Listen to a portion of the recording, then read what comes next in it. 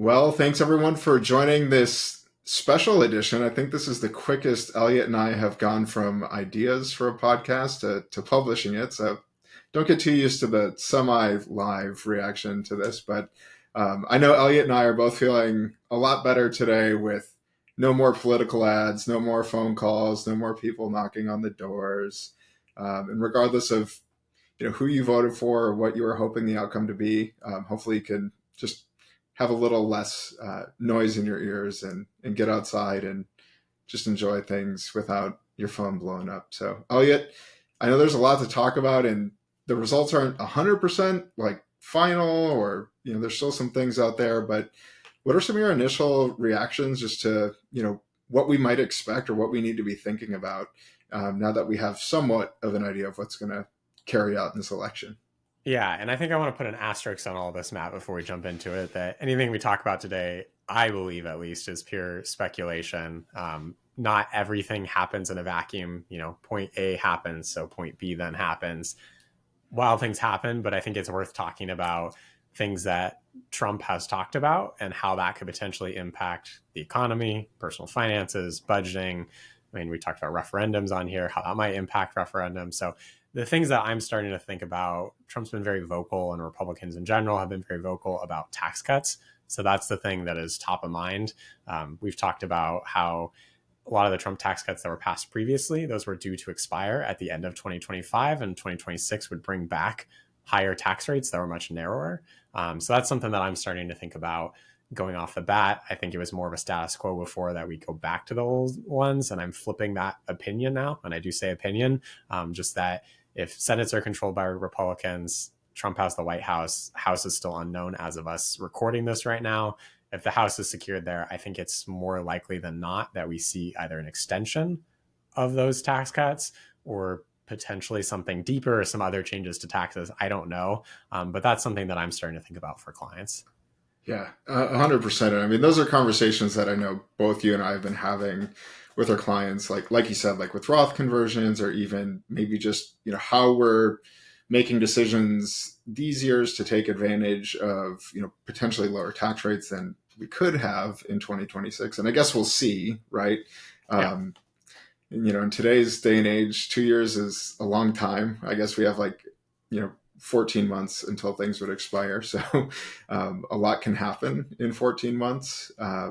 But yeah, it will certainly be interesting. And I'm really curious, we could just get an extension, or maybe they'll come up with some whole new concoction of tax code, or how the brackets are going to be set up, or what deductions and credits are out there for certain demographics of people. So I think it's going to be really interesting, just to see what pans out. But yeah, again, nothing today is, we're taking off our our reading glasses and putting on our speculation glasses for sure in this one. Yeah. So And I'm with you. I think you might see some things on the fringes where, extra childcare credit or something like that. I see those things as very easy to do. It adds more complexity to the tax code, which I'm not personally a fan of.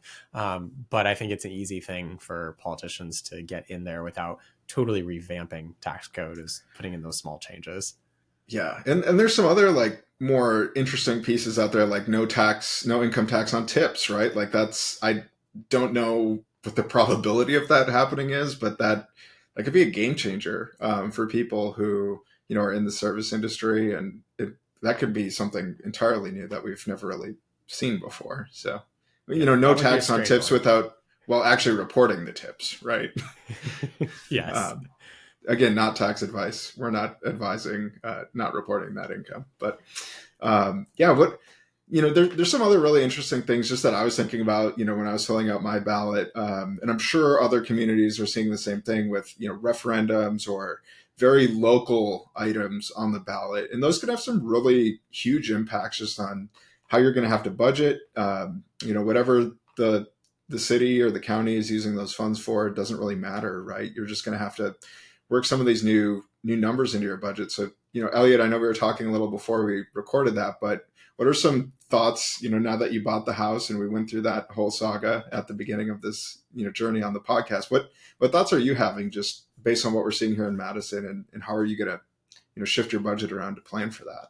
Yeah. So housing affordability has been a key question nationwide for a number of years now, and particularly here in Madison, just because building hasn't gone on to great lengths to the extent that people want to move here. And we had a referendum, a few actually passed here, that will increase property taxes. And so planning for that budget is super important. And I would say whether you own a home or planning to own a home or renting, kind of one and the same here, because whether you're renting or not, these property tax increases tend to get passed along. I won't say it's dollar for dollar, but usually that's what you see end up happening. And so just budgeting for that off the bat. And this was an interesting one where property taxes are increasing slowly over time. Maybe Matt, should I share my screen now?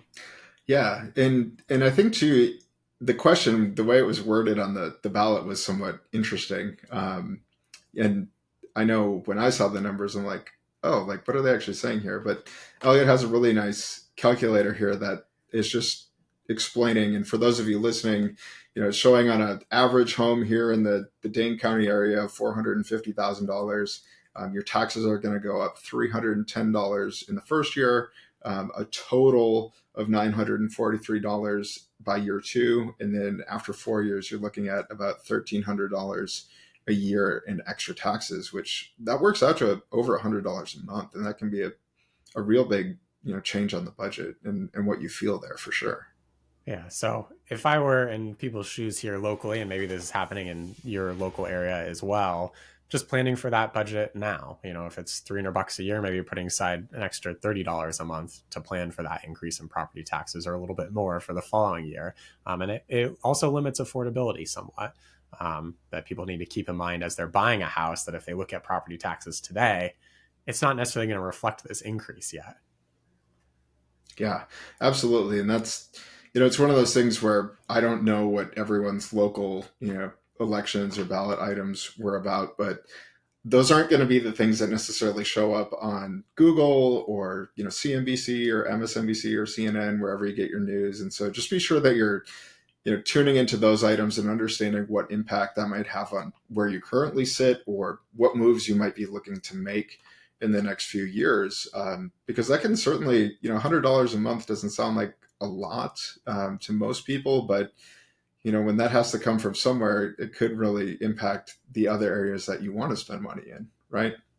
Definitely. And the other thing, Matt, that we were talking a little bit about prior to recording here is just what will interest rates do? A lot of the policies that have been talked about, a lot of economists are forecasting higher inflation. We'll see what the Fed does tomorrow with rates, but they don't necessarily control mortgage rates. But you saw 10-year treasury yields go up, which are usually the closest approximation of what we'd see happen to mortgage rates. And those were up recently. So I'd expect mortgage rates to also go up with those, which means affording a house is going to be a little more challenging. So that's something that just I'd pay attention to as time goes along. I read a lot online about people waiting to lock rates, and I think they're living the experience of what happens if you don't necessarily lock a rate, what that can mean for your budget. Yeah. And that is the tough thing with all of this, right? Is there is no perfect time to do it. You really, with a lot of these decisions, right, you just need to make a decision and feel confident and comfortable making that decision and adjust as you go, right? It's the same thing like we talked about with the tax code. Like, we could be completely wrong. Maybe it does expire and we should have done more Roth conversions or whatever. But, the mortgage rate, that for a lot of people, that's a very long-term, item on your balance sheet. You can always refinance if rates go down. And that's something where if you feel comfortable with where things are at now, you might want to make that decision sooner rather than later, because it could always get worse, right? And you're not going to refinance if it does get worse. But it could be a good thing too, just to fully understand, if you are looking to buy a house, like, what are the terms of that loan? What style of a mortgage is it? Is it a fixed rate versus a variable rate? Those are really good things just to think about as we have, some degree of uncertainty of what's going to happen in the next 14 months. Yeah. And there'll always be uncertainty, which I think is why it's important to have a plan, make sure your budget's in alignment with that plan, and have some wiggle room. Yeah. And two, right, like factoring in any of those local pieces that might be added onto that escrow piece of your mortgage statement. And, insurance has gone up a lot in the past year or two. So it's just one of those things where there's a lot of things pushing and pulling on that decision to buy a house. And like you said, it's really trickling down to the renting market too. So I think it's going to be a huge area of concern for a lot of people. And I think that's what a lot of voters were saying, at least according to the pollsters, on what people were concerned about on their exit polls. Yeah. Yeah. A couple, other things that I'm sure people are thinking about, investments are always a big one. A lot, again, looking at just Trump's messaging throughout the election, with tariffs, trying to create more jobs and more use on domestic goods. Elliott, what are your thoughts there? And I mean, we're seeing some reaction in the market today. The market's up. I've seen anything from 2 to 4% based on when you look at it, or the pre-markets. What are your thoughts there? Yeah, and I was just bringing up the market on my other screen just to make sure things hadn't changed here. But the market's pricing in. I mean, it's a Trump presidency now to be, and so the market's trying to price in all those policies, everything that's been said. And I think that's important to keep in mind, that the market is always forward-looking or future-looking, not necessarily what's happened or what's currently happening. And you're seeing this right now. Small cap companies, so smaller companies within the U.S., they're up almost 5% today. And I think a lot of that's due to rhetoric around less regulation. That makes it more profitable and easier for smaller companies to operate a business.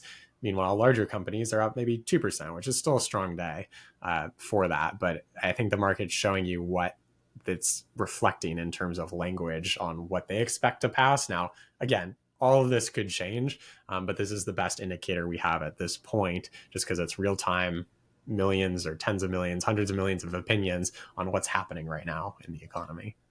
Yeah, and I think it'll be interesting too, just with some of these races not being fully over yet. And I think a lot of it too, like not everything's counted. There could always be recounts and things like that.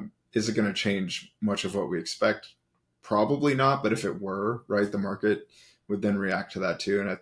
And for those of you who are listening to this and were around for the 2016 election, like the expectation, I feel, was much different going into election night that time. And the volatility that happened between election night and the next day was much more drastic, both in the positive and the negative way. And so those are just things too, like all of these hot topic issues that are going to be talked about, like Elliott said about the Fed, like all of those pieces, right, where even though the Fed rate is tomorrow, right, like there are expectations built in around that. So just because the market's up today doesn't mean it's not going to solve itself tomorrow and go back down or go up even more. Who knows?